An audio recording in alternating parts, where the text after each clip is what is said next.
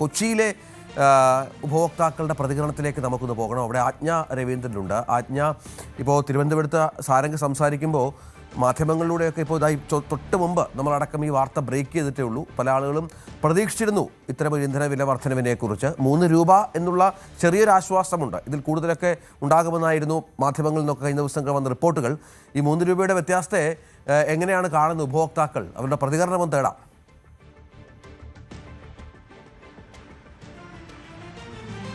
രഞ്ജിത്ത്, കഴിഞ്ഞ ദിവസം സ്വർണത്തിന്റെയും വെള്ളിയുടെയൊക്കെ ഇറക്കുമതി തീരുവ കൂട്ടിയിരുന്ന ഒരു സാഹചര്യത്തിലും പഞ്ചസാരയുടെ വില വർധനവും ഒക്കെ വന്നിരുന്ന ഒരു സാഹചര്യത്തിലുമൊക്കെ ഈ പെട്രോളിയം ഉൽപ്പന്നങ്ങളുടെ വില വർധന ഇങ്ങനെ കാത്തിരിക്കുന്ന ഒരു അവസ്ഥയുണ്ടായിരുന്നു മൊത്തത്തിലെന്ന് വേണം പറയാൻ. നമുക്ക് നമ്മുടെ ഈ കത്രിക്കടവിലുള്ള പമ്പിലാണ് ഇപ്പോൾ ഉള്ളത്. ഇവിടെ നിറയെ ആളുകൾ എന്തായാലും ഇതടിക്കാൻ വേണ്ടിയിട്ട്, ഇന്ധനം അടിക്കാൻ വേണ്ടിയിട്ട് എത്തിയിട്ടുണ്ട്. പക്ഷേ എല്ലാവരും കാറിലാണ്. 2 വീലറിലുള്ള ആൾക്കാർക്കാണ് കൂടുതൽ കൺവീനിയന്റ് എന്ന് എനിക്ക് തോന്നുന്നു.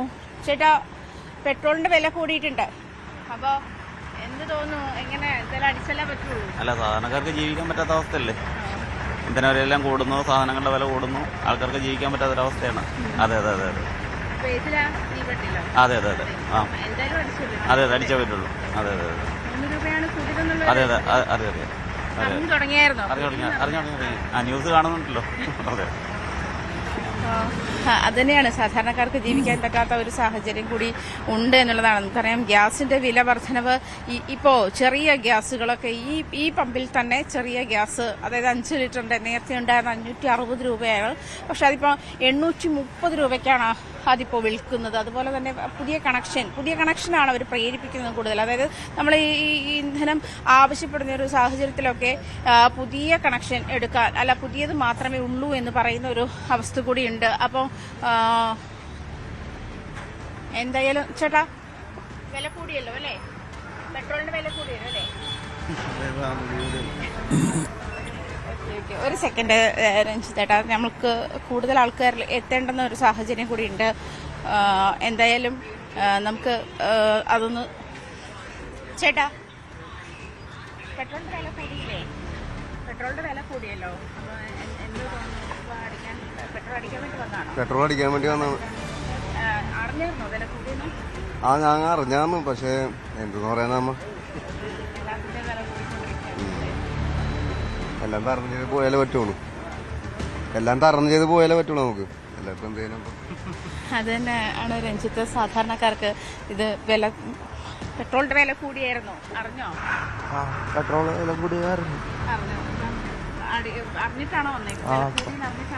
ഇന്ന് രാവിലെ ന്യൂസിലാ കണ്ടേ. ഇപ്പൊ വണ്ടിയിൽ പെട്രോൾ ഇല്ല. ഇപ്പൊ പെട്രോൾ അടിക്കാനും പറ്റും. കുറച്ച് 3 രൂപ കൂടിയുള്ളൊരു ആശ്വാസം ഉണ്ടല്ലേ? അതെ അതെ.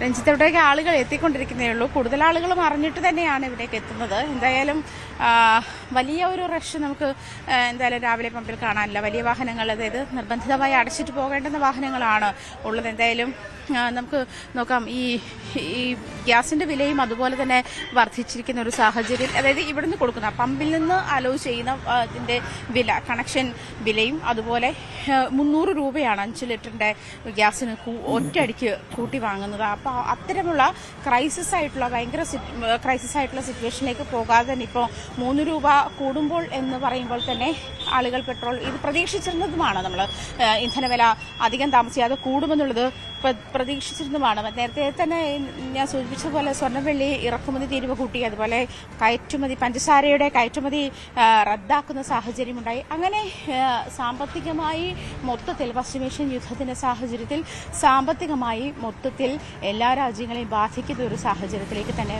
പോവുകയാണ്. അത് കഴിഞ്ഞ കുറേ കാലമായി നമ്മൾ അതിൻ്റെ ക്രൈസിസ് അനുഭവിക്കുന്നുണ്ട്, അതിൻ്റെ ബുദ്ധിമുട്ടുകൾ അനുഭവിക്കുന്നുണ്ട്. എന്തായാലും നിലവിൽ ഈ വില കൂടിയത് ആളുകളൊന്ന് അറിഞ്ഞു വരുന്നതേ ഉള്ളൂ എന്നുള്ളതാണ് എനിക്ക് മനസ്സിലാവുന്നത്. കാരണം ഈ ഭയങ്കര ഒരു റഷ് പമ്പിൽ രാവിലെ കാണുന്നില്ല. അപ്പം നമ്മൾ ഇവിടെ ഈ എറണാകുളത്തെ ഒരു പമ്പിൽ, അതായത് എപ്പോഴും തിരക്കുള്ള ഒരു പമ്പിൽ തന്നെയാണുള്ളത്. ആളുകൾ വന്നുകൊണ്ടിരിക്കുന്നുണ്ട്. പക്ഷേ നമുക്ക് സംസാരിക്കാനും എല്ലാവരും റിയാക്ട് ചെയ്യുന്ന ഒരു സാഹചര്യം കൂടി ഇല്ല നിലവിൽ. എന്തായാലും പെട്രോളിന്റെ വില കൂടിയെന്ന് അറിഞ്ഞായിരുന്നോ? പെട്രോളിന്റെ വില കൂടിയിട്ടുണ്ട്. എന്താ പേര്? അശ്വിനെ അറിഞ്ഞിട്ടില്ല, വില കൂടിയത് അറിഞ്ഞിട്ടില്ല. എന്തായാലും വില കൂടിയിട്ടുണ്ട് കേട്ടോ. അപ്പോൾ പെട്രോളിന്റെ വില കൂടിയത് അറിഞ്ഞാ? ഇല്ല അറിഞ്ഞില്ല. അറിഞ്ഞില്ല. അതിനകത്ത് നോക്കിയപ്പോ 95 ആയിരുന്നു, ഇപ്പൊ 92 എത്ര രൂപ കൂടിയ? 3 രൂപ കൂടിയുണ്ടല്ലേ. എന്ത് ചെയ്യാനാണ് ഇപ്പൊ? ഗ്യാസ് പോലും കിട്ടില്ല. എത്ര ഹോട്ടലുകളൊക്കെ പൂട്ടിയിട്ടാണ്. അപ്പൊ കിട്ടാത്തതിനിപ്പോ എന്ത് ചെയ്യാൻ പറ്റും? കൂട്ടാതെ പറ്റില്ലല്ലോ. മൊത്തത്തില് കൂട്ടുമല്ല, അതിപ്പോ എന്ത് ചെയ്യാൻ? കൂട്ടും നേരത്തെ പറഞ്ഞിട്ടുണ്ട്. അപ്പൊ നമ്മ അതൊക്കെ കണക്കാക്കി നോക്കിയിരുന്നാൽ മതി. വേറെ എന്ത് പറയാൻ? ഇതൊക്കെയാണ് ഉപഭോക്താക്കളുടെ പ്രതികരണം. ഏതായാലും പലരും ഈ വിവരം അറിഞ്ഞു വരുന്നതേ ഉള്ളൂ. അറിഞ്ഞു വരുന്നവരാകട്ടെ അനിവാര്യതയാണ് എന്ന് പറയുന്നവരുണ്ട്. പക്ഷേ ഇതിൻ്റെ പ്രശ്നങ്ങളും ഭാരവും മറ്റും പങ്കുവെക്കുന്ന ആളുകളുമുണ്ട്. ആജ്ഞ രവീന്ദ്രനും സാരംഗ് സുധാകരനുമാണ് തിരുവനന്തപുരത്തു നിന്നും കൊച്ചിയിൽ നിന്നും ഉപഭോക്താക്കളുടെ പ്രതികരണം പ്രേക്ഷകരിലേക്ക് എത്തിച്ചത്.